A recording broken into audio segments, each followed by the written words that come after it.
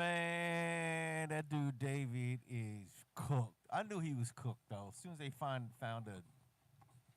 that girl in his trunk, that's usually how cops work. They usually bait you by not arresting you initially, so you relax. And when you relax, they they that's when you kind of start.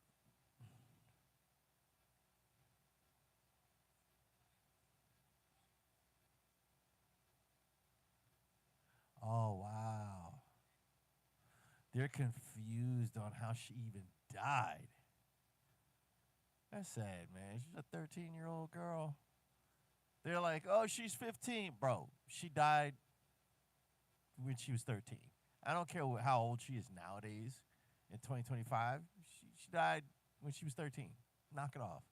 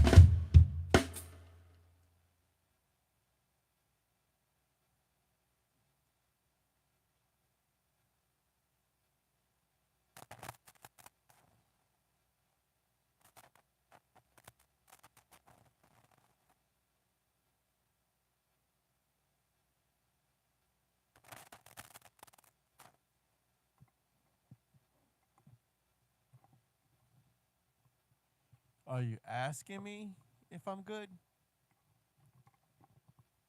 Or are you saying that I'm good on drums? Are you like, yo, you good, man? You know? Or are you like, oh, you're good?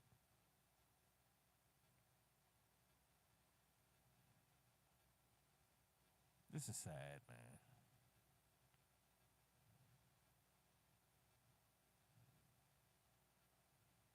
I don't know, man. It's kind of hard with this whole David situation. It's kind of hard. But I don't know, bro. I don't know. On one hand, I'm kind of like, man, I don't know. I don't know. Like, no, none of us knows until they get all the evidence and he goes to trial. Nobody knows. But it's really looking like he did the do. He did the deal. Now, what I do know is, bro, she's 13. That's disgusting. That's nasty, man. So it's weird, man. I mean, that alone, the underage thing, that alone, put him in jail.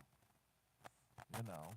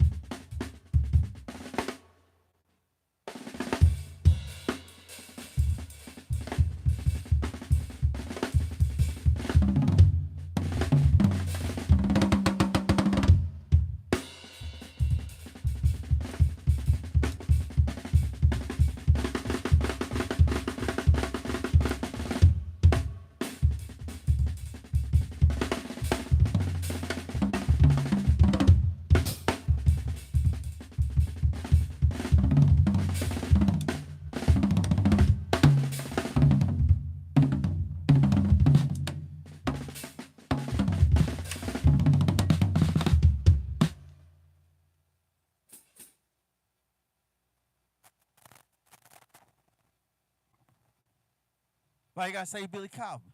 Come on, bald headed black dude. No, I'm just kidding. I get that a lot, bro. Billy Cobham obviously is is one of my biggest influences. Um, Neil Peart, Billy Cobham. There's no one before the other. They're both equally as influential. Neil Peart and Billy Cobham. Then you got guys like even like Bonham, Tony Williams, And then there's like a lot of guys, man, a lot of guys. Bill Ward,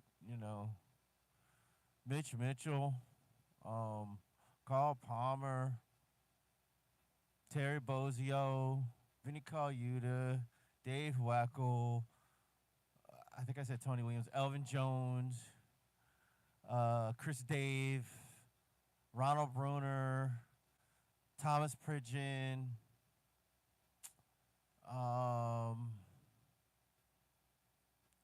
just so many guys. I spent a lot of years learning copping a lot of dudes' licks, man. Copping a lot of their riffs and licks and incorporating them. Kind of flip them the way I would like to play them. Like, this is Neil Peart. I'll give you a kind of. I'll just play them both at the same time, and you can hear the difference.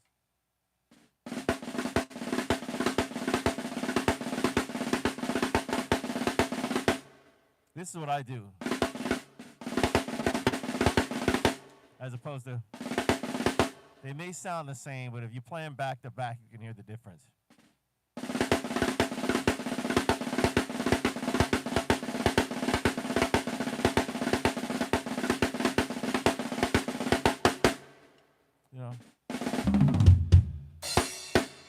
So there's a difference,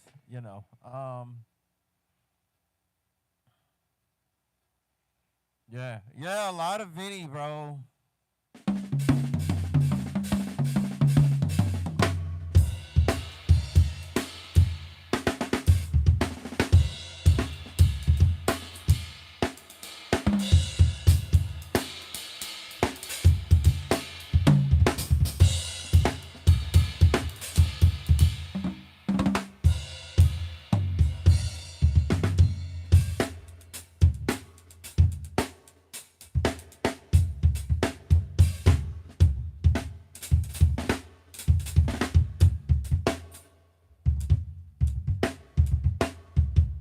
I changed these pedal settings, and now it's just weird. I can't get them back to the way they used to be.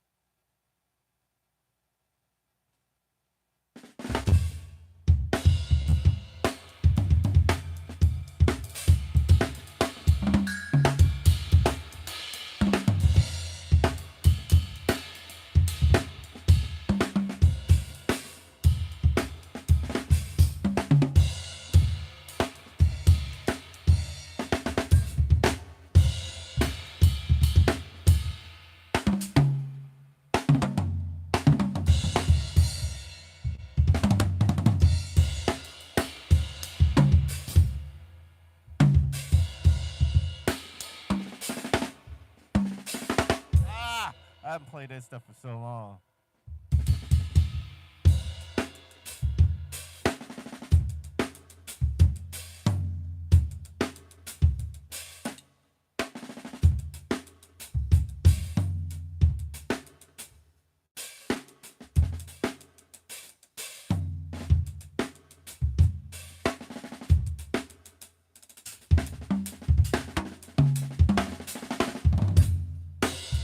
All that is total Vinny.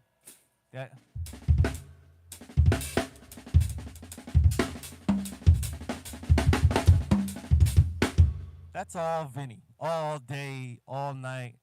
I stole all that stuff from Vinny Colaiuta, bro. All of that stuff.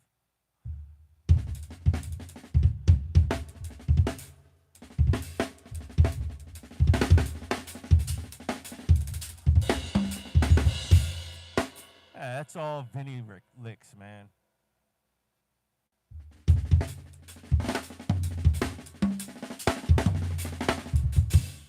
Or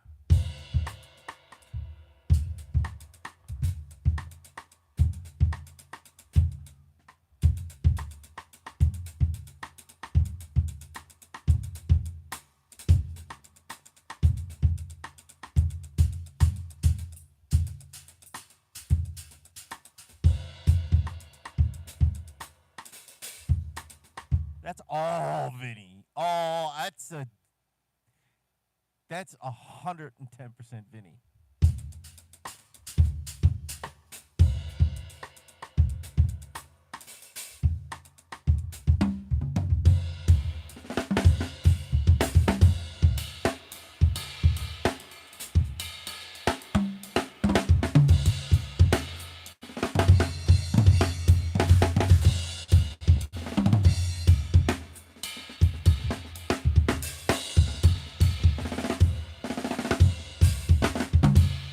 Or this is like,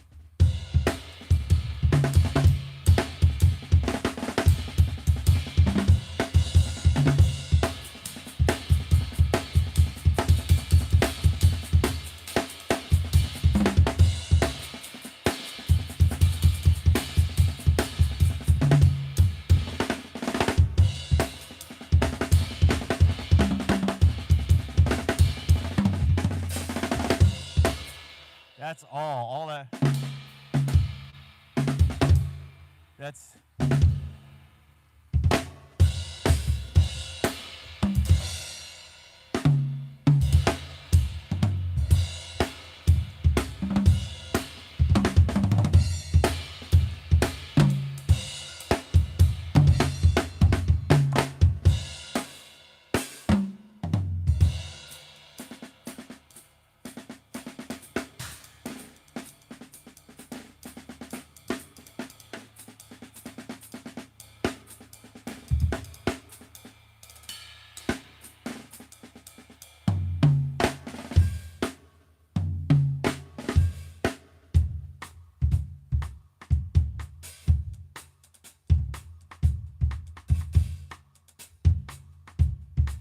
get out of here. You're sick, bro.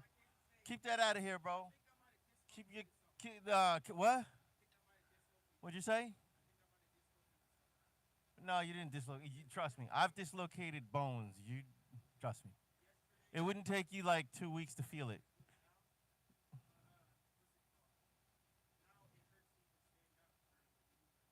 Well, keep your COVID or whatever you got. Keep that out of here, bro. Stretch. If you well, I don't know what to tell you. You're gonna curl up like a ball or something. Stretch. Keep your ptomaine, poisoning, whatever you got going on. I don't want to get sick, bro. And wash my jacket. I don't want no germs or typhoid flu or whatever.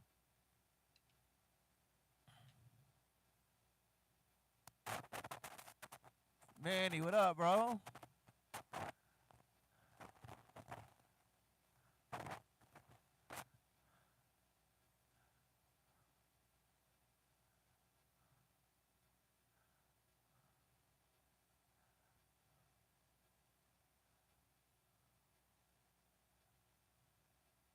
What? I don't know Hank Williams, bro. No offense, bro. And Hank Williams, come on, bro.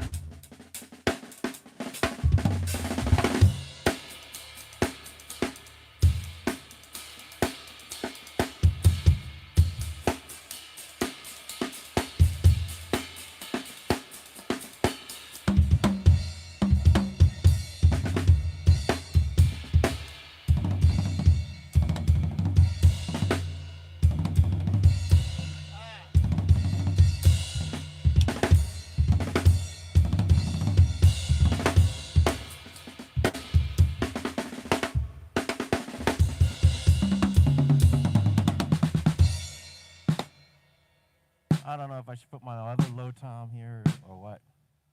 That's an old song, man, by John Patitucci with an insane bass solo.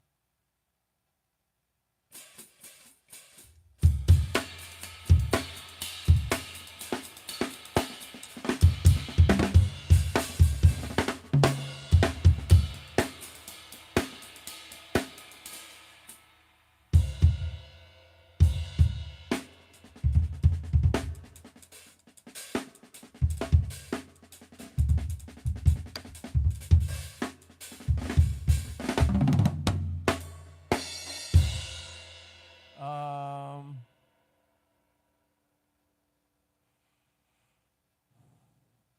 I know of Mike Clark.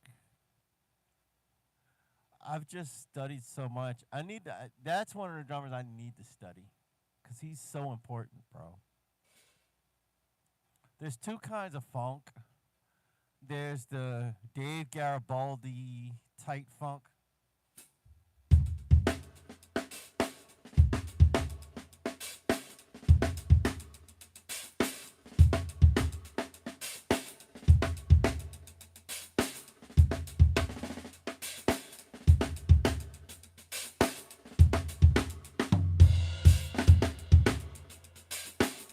Then there's the Mike Clark, which is kind of loose. Um, it's kind of like it's kind of like what's his name? What's his name? What's his name? James Brown, Clyde Stubblefield tight funk versus Tiki Fullwood or like Dennis Chambers loose funk. You know, in the Oakland music scene, it was pretty much the same thing. It had the Dave Garibaldi tight funk versus the Mike Clark loose funk. The difference is the the Oakland Dave Garibaldi versus Mike Clark stuff was more jazz funk. It was heavy on the jazz and funk, you know. Whereas Dennis, he mainly kept like four on the floor when he was playing with P Funk. Although he did play jazz, when he was playing with P Funk, he kept it four on the floor. You know.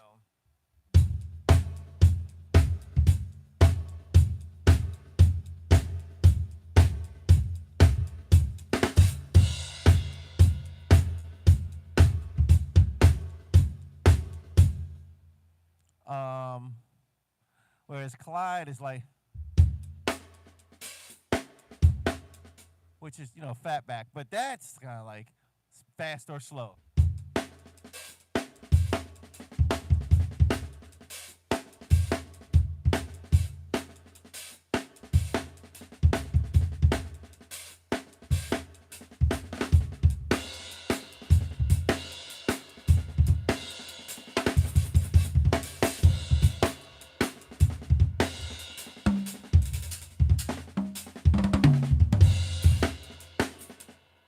Well, not that. I added all the extra dextra stuff. But yeah, so well yeah, theirs is like the P Funk versus the JBs. It's more just like straight R&B. It's R&B funk. I think it's funk slash R&B. Whereas the Mike Clark versus Dave Garibaldi, it's it's jazz funk or it's funk jazz. The other one is funk R&B, and the Oakland scene is funk jazz. So you know, um, so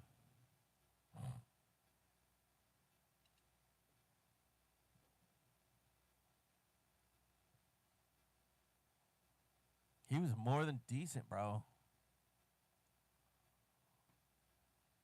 Ah, that's his old kit, the yellow Yamahas. Yes, the yellow Yamahas.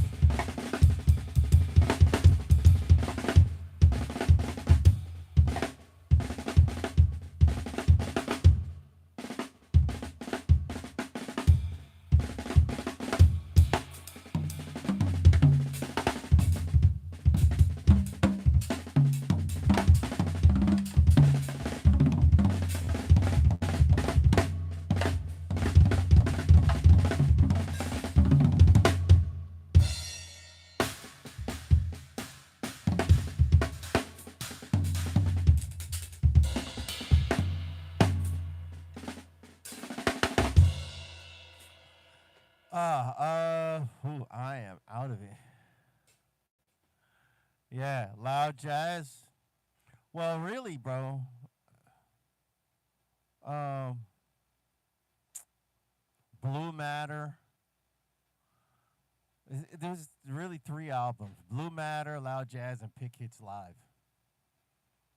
That's that, and the work he did with Bob Berg and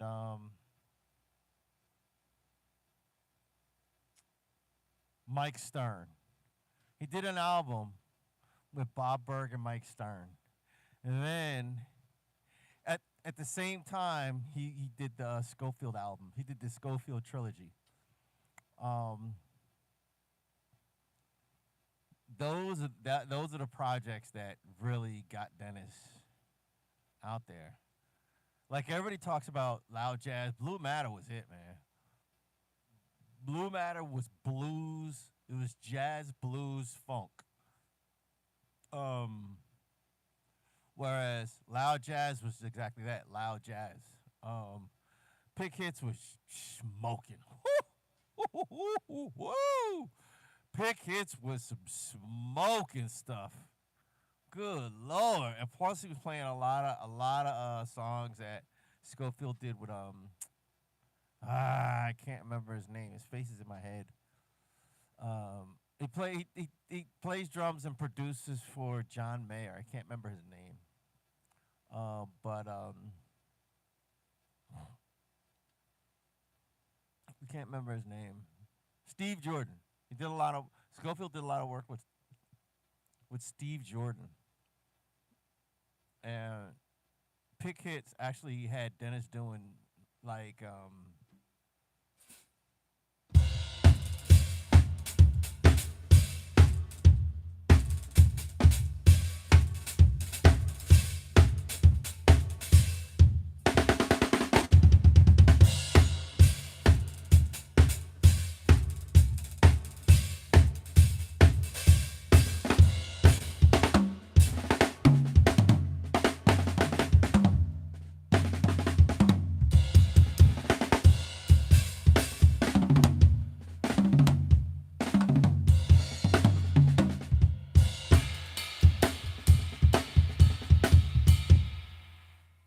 you guys gotta forgive me.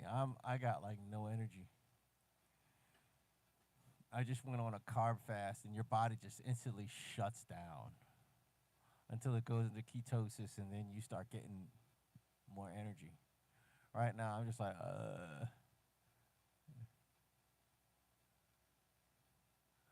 yeah. This is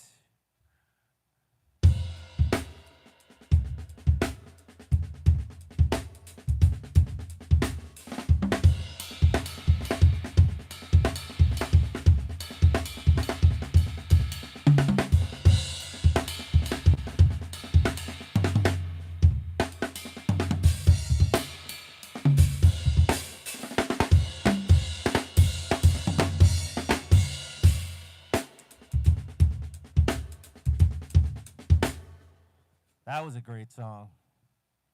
Then he's got man. There was a run that he did with John Schofield that was crazy. I got all that stuff. I got all those albums. Trying to think of that other song, man. Um,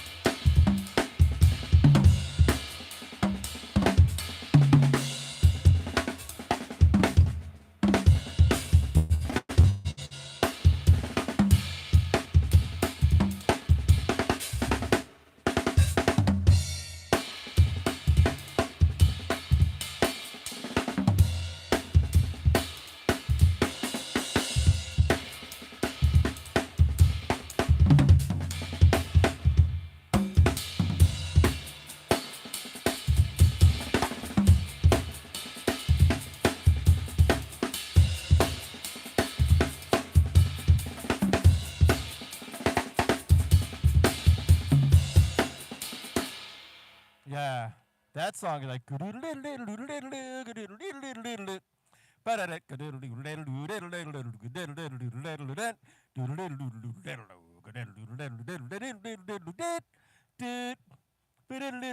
Man, John McLaughlin writes ridiculous songs, man. I think that's called Dennis the Menace. Then he's got another song. It's an opening song, but Gary Husband. I don't know if you know who he is. Gary Husband. He started off with Alan Holdsworth. Then he played with Level 42. Then he played with John Scofield. I mean, not John. He played with John McLaughlin. He was on an album. I can't remember. I got it around here somewhere. I got the CD around here somewhere. I think it's like Fourth Dimension or something like that. But the first song is called For Jocko. And it's Gary Husband on drums. It's a young Hadrian Thoreau when Hadrian was like 17, ripping, like total Jocko tone, bro. The whole song is a bass solo, bro. Um,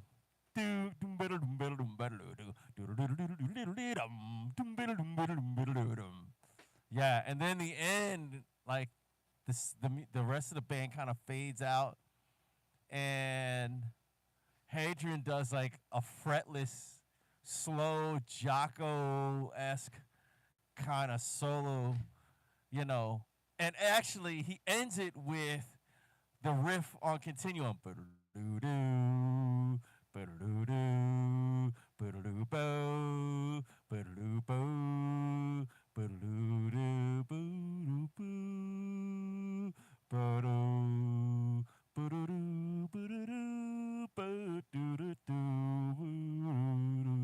Yeah. Yeah. Hadrian was like 17, man. That was way before he came to America and started scaring American bass players to half to death with his playing.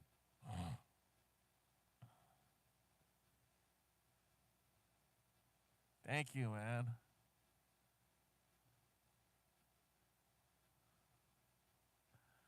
Yeah, man.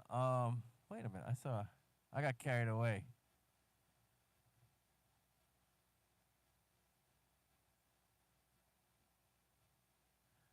Joey DeFrancesco, R.I.P. Grandma Rudiments. Dang, I wonder if he's still there.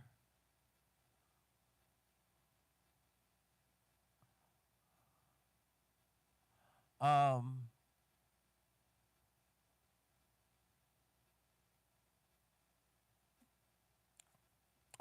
but yeah,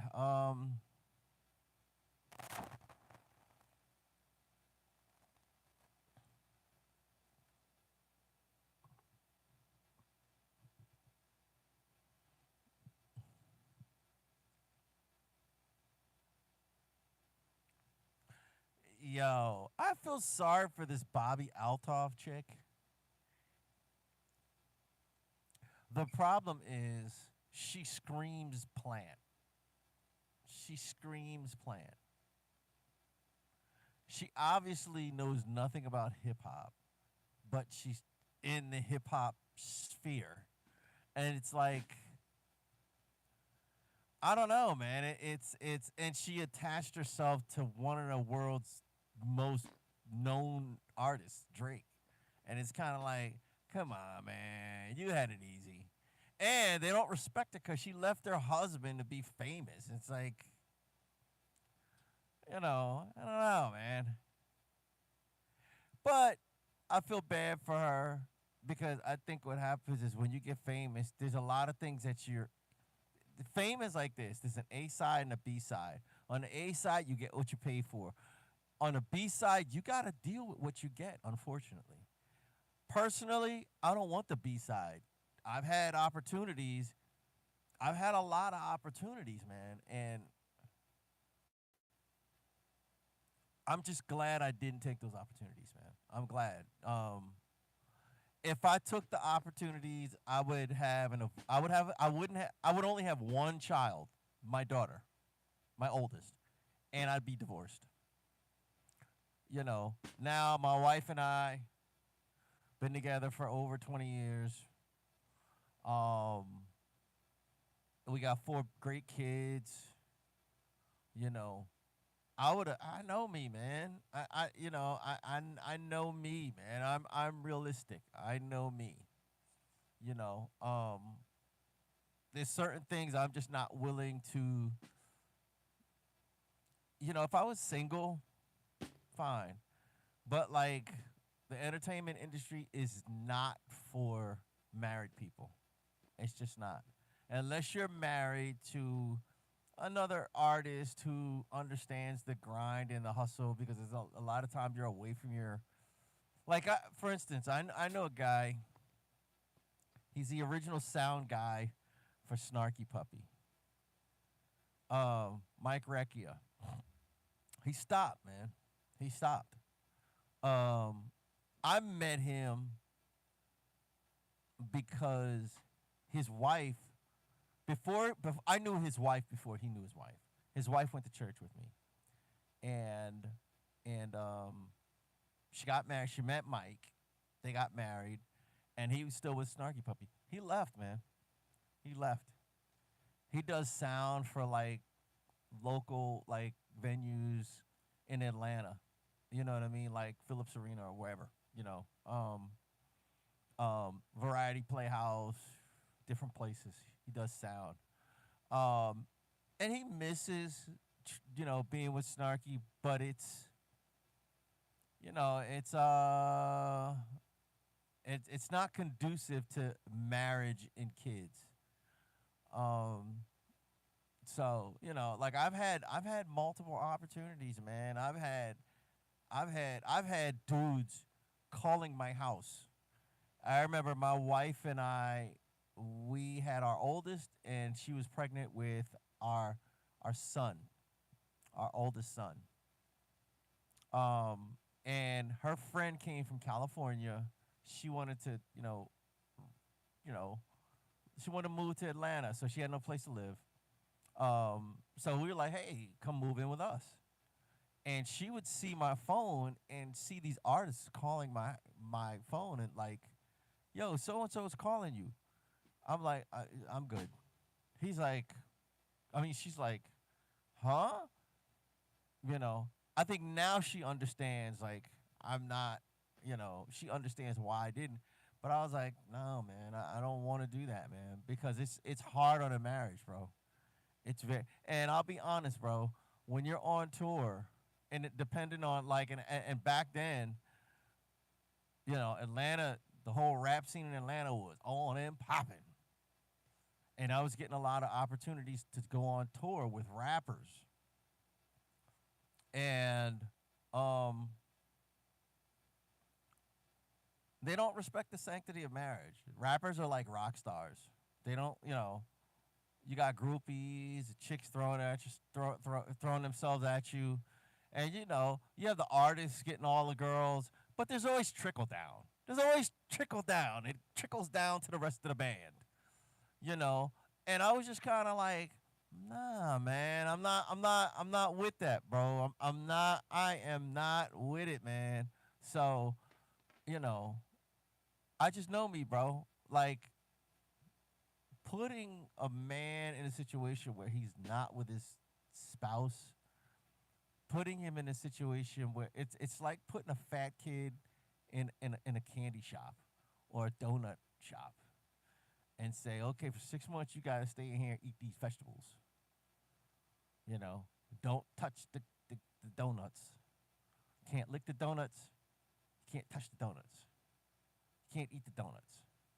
You eat this well balanced meal of fruits and vegetables and and and meat and fish and you know but don't eat them donuts. Man, eventually you're gonna eat a donut, bro. It's inevitable. You're gonna eat a donut, bro. And I just didn't want to eat the donuts, so I would just turn them down, man. One of the dudes that was hooking me up with different gigs, And then I'm gonna tell you this, dude. And then I was doing country gigs, man. Country gigs were worse, bro. It was worse. I was like, well, this is country. How bad can it be? It was worse. Like I would be in a hotel room. We would stay in like a lot of hotels, man, where it would be like a main room, and there'd be like a room over here, a room over here, and a room over there. And I would be doing this. I would, our stuff would get packed up in the, it's like a trailer that you put your stuff in. So our stuff would be packed up in the trailer. I'd have my duffel bag with my clothes. I'd go take a shower. I'd get a book and I'd be reading. And the dudes in the band that I was playing with, I don't want to name names, the dudes in the band that I was playing with, they'd be going in their room with chicks, and I'd be sitting there reading a book like, and you hear the band squeak, squeak, squeak in the morning. You're like, oh man, it's rough, bro. It's rough, man. And then one time, bro, I got a weird skin infection. We were staying at a Red Roof Inn. We had a gig in North Carolina. Um, and it was a pretty big venue. And we stayed in a Red Roof Inn. And it was wild because the venue I played with an R&B band one year in that venue, and then I played in a country band the next year, in the same venue the following year. So it was pretty wild. Um, and it was because it was weird because some of the workers were like, "Wait a minute, don't you play with such and such and so and so?" I'm like, "Yeah." They're like, "They're not playing today." I'm like, "I know, I'm playing with them." They're like, "What?" Like, yeah, I'm playing with them. They're like, "Well, what kind of music do you play?" I'm like, "Man, I play whatever I'm paid to play. That's what I play." Um, but yeah, man, it was like some kind of weird, and it like got all on this side, bro. Like, I don't know, bro. It was just weird. And they had to give me. When I came home, I didn't want to lay in a bed with my wife. I had to go to the hospital, and they gave me some cream, and it just kind of it went away. I don't know what it was, but yeah, man, it's. And then I was with this one hip hop band. Man, these chicks were just like lining up to just get chosen. Just, hey, you back here. It was just rock star stuff, man. It was just drugs and booze and weed, nose candy, ecstasy, booze, girls. It was like all of that, you know. And they, the hip hop band, I don't want to name names, but they would give me a drum solo. So it's like now people in the audience, they know who I am. I'm just like not a nondescript person. They gave me a drum solo, so I was like, oh, that guy. It puts a spotlight on you. And then it's just kind of like it's I don't know, man. It's a lot of stuff, dude, you know, um to deal with. And I never, of course I never indulged, but I wasn't just ready to put myself in that situation, in the situation of um all of that. Tour life is hard, man. As much as people romanticize it, it's really rough. Tour life is really, really rough, man. It's you have to learn how to sleep on a bus. You know, I was fortunate in that most of the tours I did were in a bus, pretty comfortable bus. But you have to learn how to, if like just starting off is, you're sleeping in a six or seven passenger van. You got to learn how to sleep sitting up like this. I mean, sound sleep. I mean, REM, you're dreaming type sleep, because you need your rest.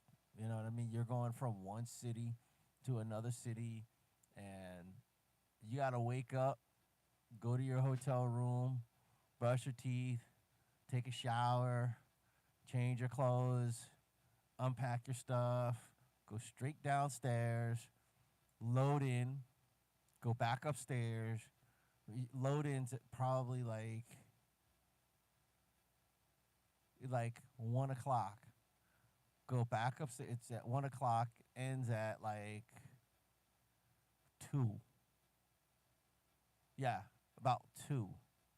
Um, it ends at 2 for you. And then you leave. The roadies are setting stuff up. Go back to the hotel. You get something to eat. A lot of dudes would like hang out and see the city that they're at, whatever. I just go back to the hotel room and sleep because I have a high energy style of playing drums and I needed to conserve my energy. You got to learn how to sleep on the road. You got to know your limits. You got to learn how to eat on the road. That's very important. Um, there were times, thankfully, that we would go to certain hotels that had a gym, you know. So, like, it's very, you have to be very structured and you have to make a conscious effort continuously to be focused. Like, all that seeing the sights, I ain't got time for that, bro. All that smoking weed and drinking, I ain't got time for that, bro. You know what I mean? Like, I put this first in terms of music and performance. This has to come first, which is probably why I would get a lot of gigs, man. But it takes a lot, man. It takes a lot. It takes a lot of focus. It takes a lot of no, I'd rather not because I need to do this over here. It takes a lot of that, man.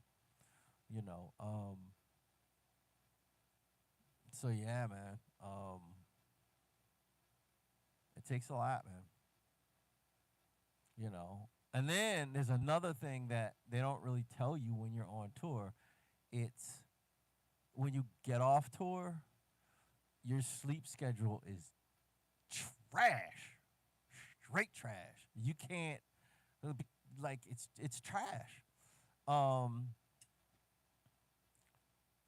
and you're playing. It depends on the genre of music you're playing. If you're playing rock and you're used to playing jazz and R&B and like everything else, like your touch goes away. If you're playing rock, your touch goes away.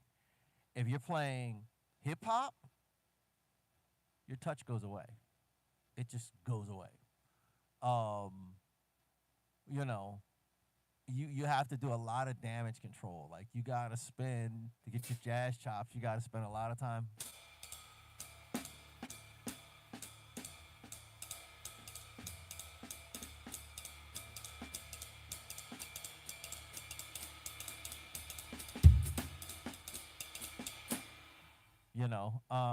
Or even the more modern stuff.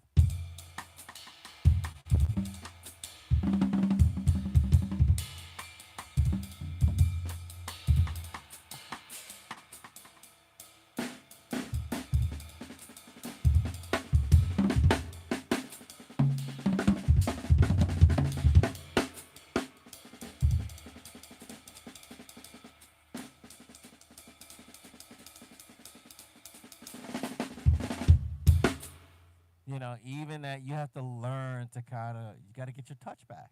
You know what I mean? It's a lot of just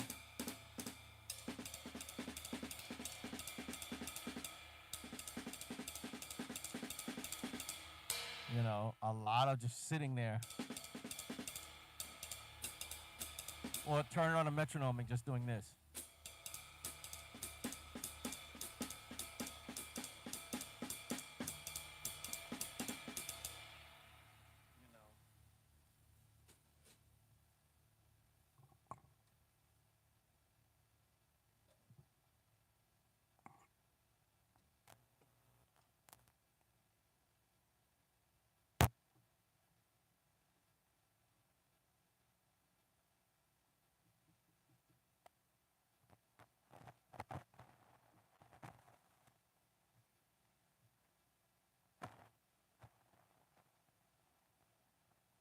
One, two, three, four. 1, 2, 3, 4. 1, 2, 3, 4. 1, 2,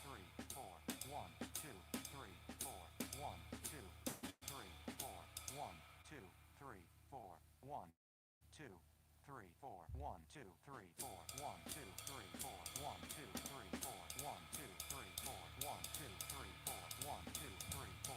1, 2, 3, 4. 1, 2, 3, 4. 1, 2, 3, 4. 1, 2, 3, 4. 1, 2, 3, 4.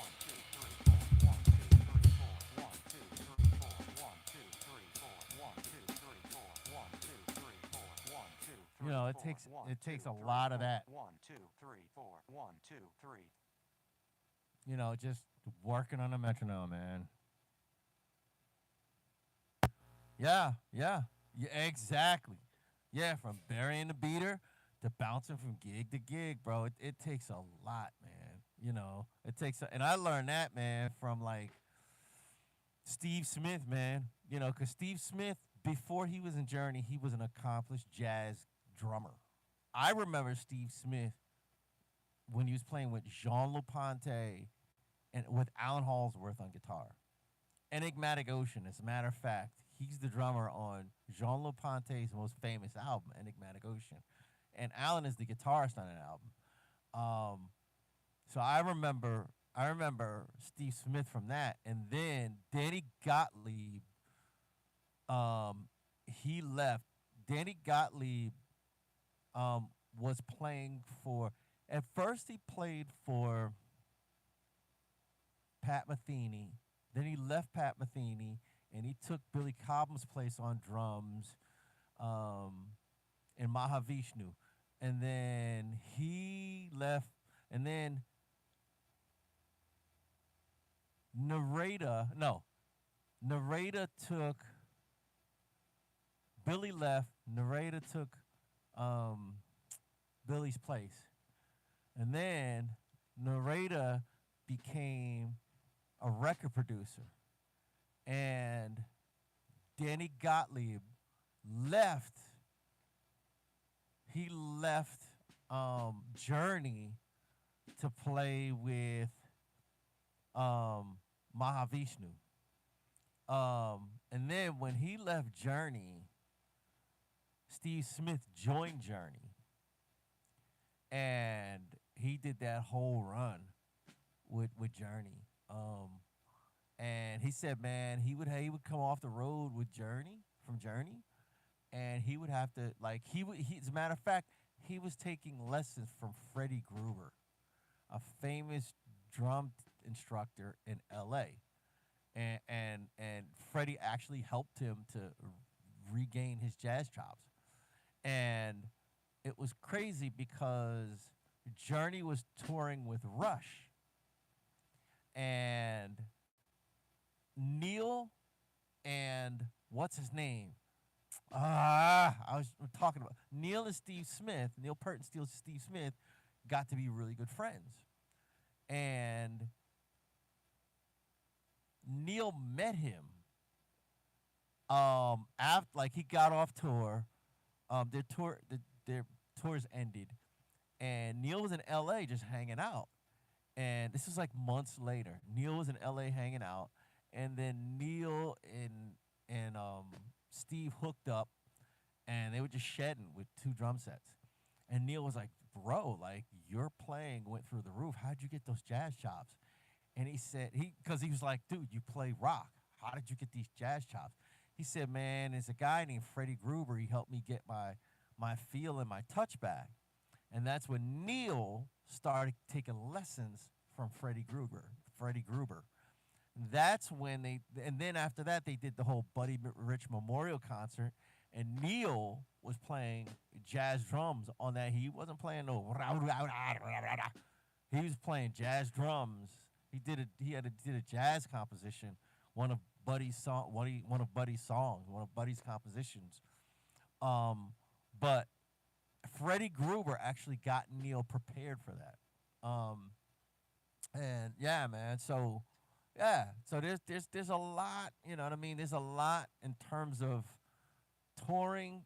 It does a lot to you, man. It takes a toll on you. When I say you got to learn how to eat right, a lot of guys go on tour and they eat horribly, and later on in life they pay for it.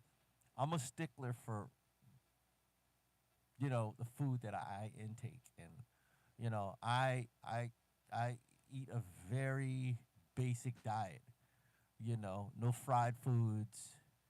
I don't eat, if any, man. The only pork I might eat is bacon, and it's rare that I eat bacon. It's extremely rare. I don't eat. I don't like to eat processed foods. I eat a lot of kale. I eat a lot of chicken. I eat a lot of fish. I eat a lot of turkey. I eat a lot of romaine lettuce, a lot of spinach, a lot of raw vegetables, raw fruits and vegetables. Um, I carb fast. I like the carb load. Right now, it's what is it? What's today? Monday. Monday, yeah, it's Monday. I'm dead. Now, I stream every day, so if you catch me on Friday, I'm like, because usually on the weekends I eat carbs. Friday, it's Saturday, and then Sunday morning, Sunday night, no carbs. So what my body does, it goes into like, it's struggling, but eventually it goes into ketosis by Wednesday. By Thursday, I'm good. I'm just like, I'm even. Friday, Friday night. I usually, if I don't eat anything on Friday night, Saturday morning, I'll eat like, you know, um, I'll usually eat like oatmeal. Oatmeal is a great source of carbs, um, or something like that. Um, Lately, I haven't even been wanting to eat oatmeal, even though I like oatmeal. Um, but yeah, I don't eat margarine. I eat butter because it's natural. Margarine is processed oil that's whipped up to look like butter. You know, um, I don't eat fake sugars. Number one, fake sugars. Your body processes fake sugar just like it does real sugar, so it's not doing any good. It's your body doesn't see it as anything else but sugar, but it's chemicals. You know what I mean? So it's not good for you. It's processed.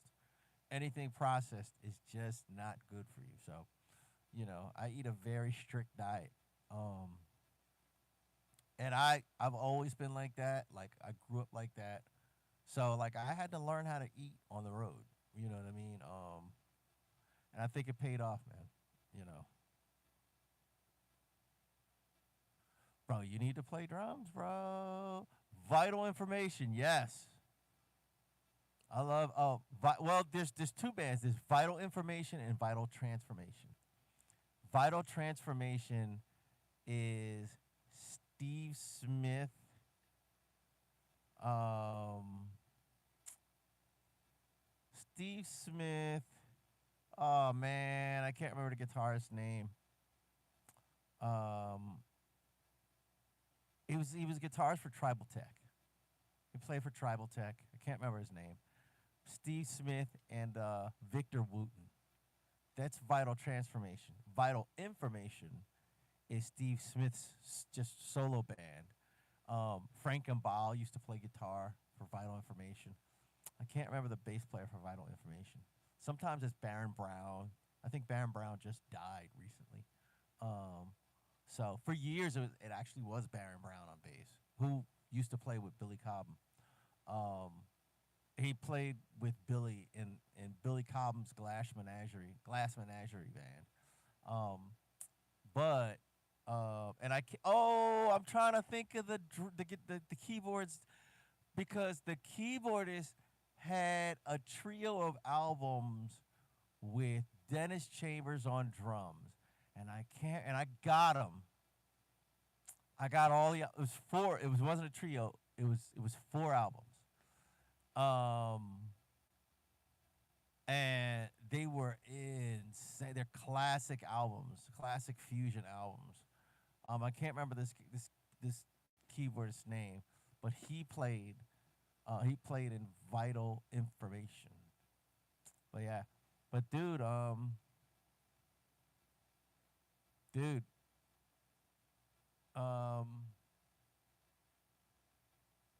get back into drums, man.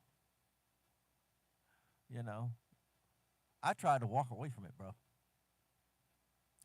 and my wife was like, "Nah." I really think you should get back in. I tried to walk away from drums multiple times. There was a time back in the 90s, this guy taught me all about songwriting and publishing and all this stuff. This dude named Timmy Boyce. He was one of those pretty boy. He was biracial, so he had the long curly hair. He had he was light skinned. He had the dreads, and he had the light gray eyes. And in the hood, you look at a light skinned dude and you think he's a sucker. Um, and he came from a lot of money, and everybody basically came to him with their hand out. But I was the only guy that he met that was always straight up with him, always honest with him, and I never asked him for anything. I just wouldn't ask him for anything. I wouldn't. I wouldn't. I mean, because I was just like, why? Like you know, he was used to people hanging around him. Even his younger brothers, bro, they would rob him. Like, but he was used to hanging around. He was used to people hanging around him that wanted something from him, and he was like, dude, you are an insane drummer, bro. You know, he was like, bro, you're one of the closest friends I've ever met, but I ever had. Like I have. He was like, cause you don't ask me for anything, bro. You don't ask me for anything. He's like, you're just. I was like, yeah, bro. I don't, And then one of the things he respected about me too was I never let anything get in the way of music. You know. And then I remember me and him got really, really cool. Like I said, he taught me about publishing and all that stuff. Me and him got cool, and he goes, "Hey, bro," um, he goes. I said, "Hey, man, I'm about to, I'm gonna quit, bro."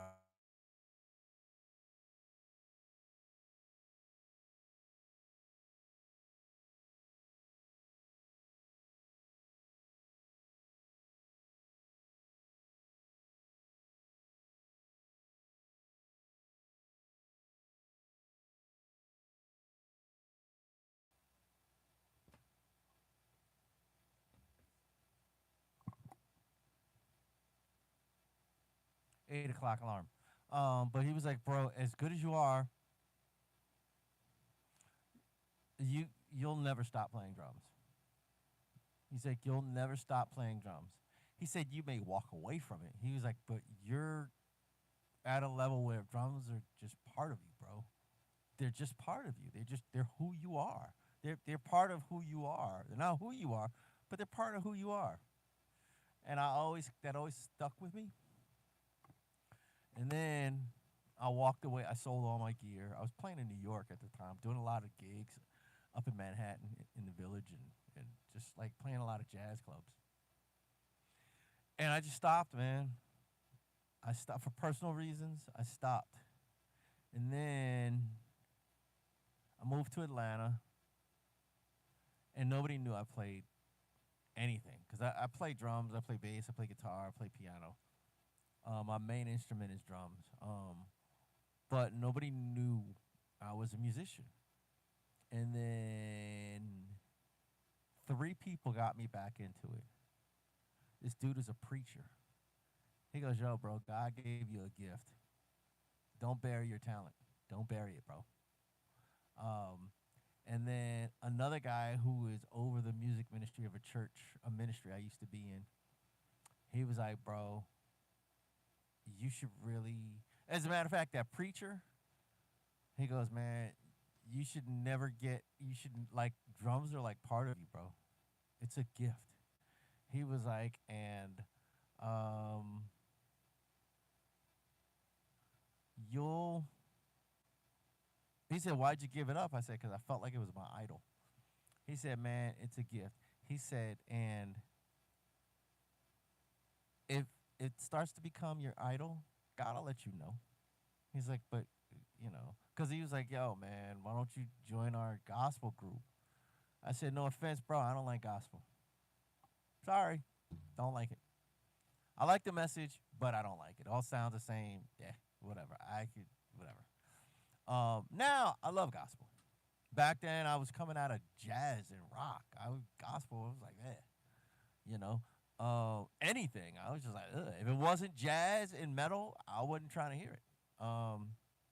jazz or metal. You know, that was the only thing I was playing.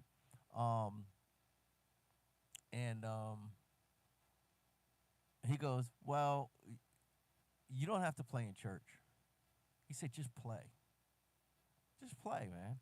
He's like, the one place that Jesus didn't go to was church. Like he didn't go to, like, he wasn't hanging out in a synagogue to worship. He was amongst the people. He was like, man, you God wants you out there. God wants you amongst the people. You know what I mean? And I was like, huh. And he said, you know what? You need to prepare for marriage. And then he walked away. And then a friend of mine who was a record producer at the time, now he's a lawyer. Um, but he was a record producer. He goes, hey, I got this girl I want to introduce you to, and you know, that girl would eventually become my wife. And then the following day, the preacher friend that I know came to my apartment to give me a brand new bass, and he said, "You're playing on Sundays from now on." And we are like, "Okay." And nobody knew I played drums. They just, first of all, I was just on the sound crew at first, and then they're like, "Oh, he plays," you know. And then, fast forward, I've just, you know, the, I was in another ministry, and the drummer was, and this is by this time I'm playing in gospel bands. I'm playing bass in gospel bands.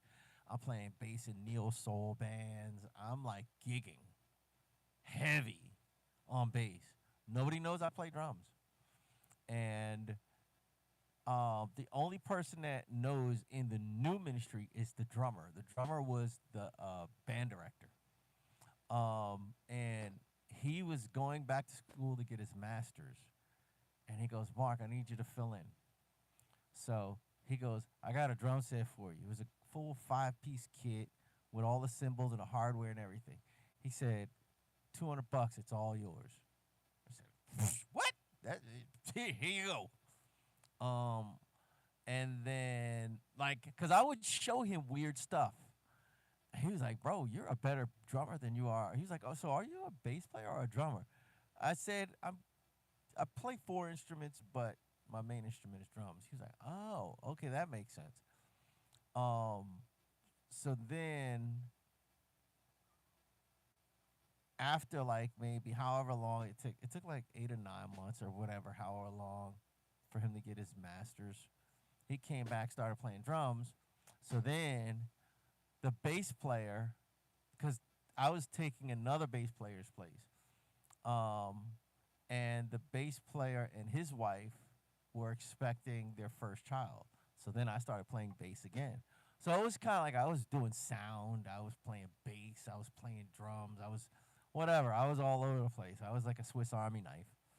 Um, and it was like boot camp, bro. Like I was doing drum gigs over here.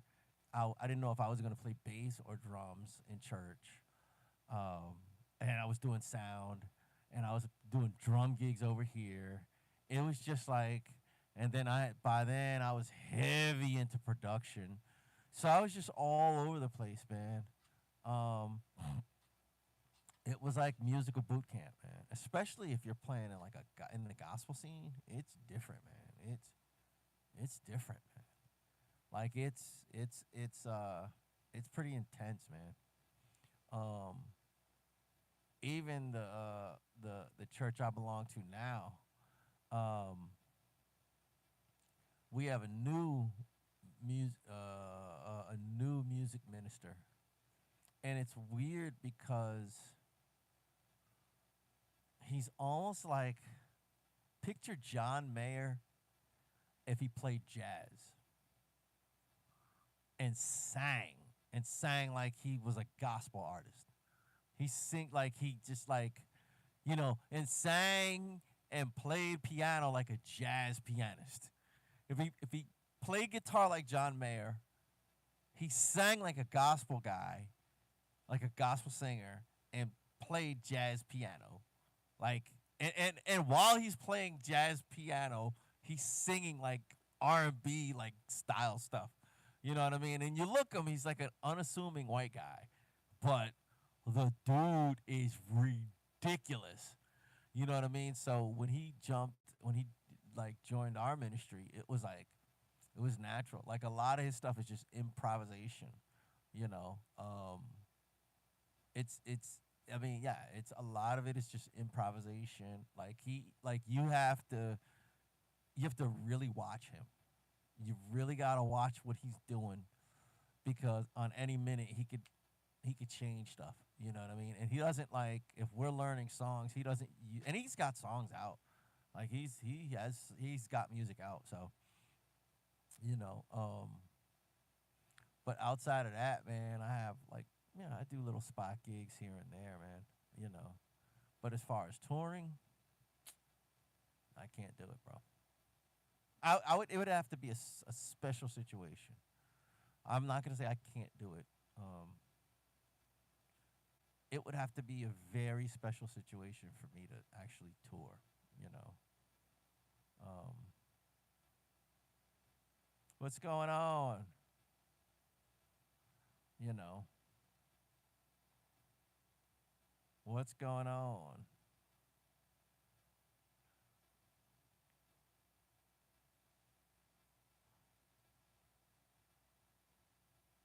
Alfonso Johnson, yes, yeah, dude. The Clark Duke Project. You say play Tom Sawyer?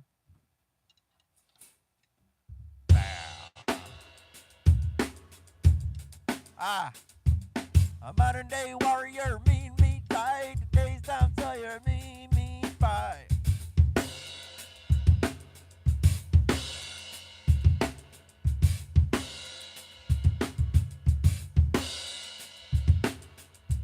Does mine? I can't sing and play at the same time. Yeah. You are good.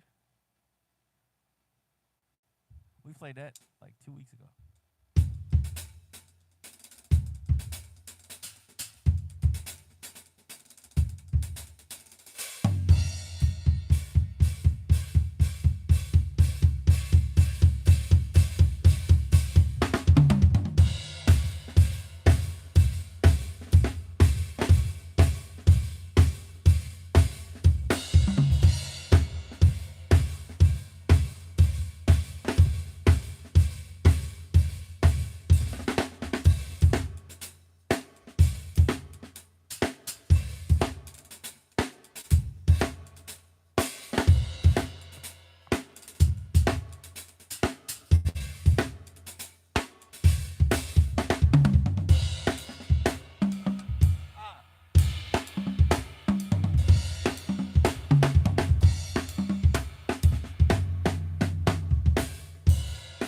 Tired, man. I'll be back. I need to get something to drink. I am dehydrated and worn out. I don't even have the energy.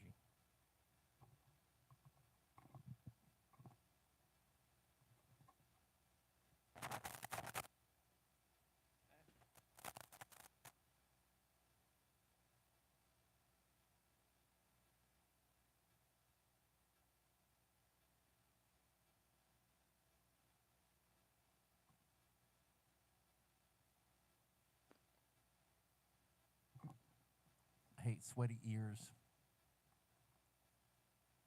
Ah, this towel still smells fresh.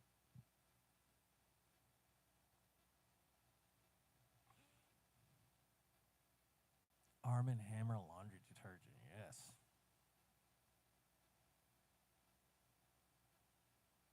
Oh, my kids ain't got no school. It's Thanksgiving. They got the week off. Ah.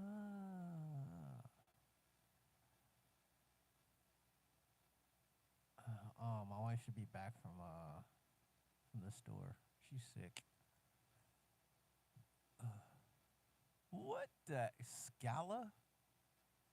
Scala? Scala. That sounds too close for scalawag. This is like for Brazilian hair. Maybe I should get that for my daughter because she's got really curly hair, long curly hair.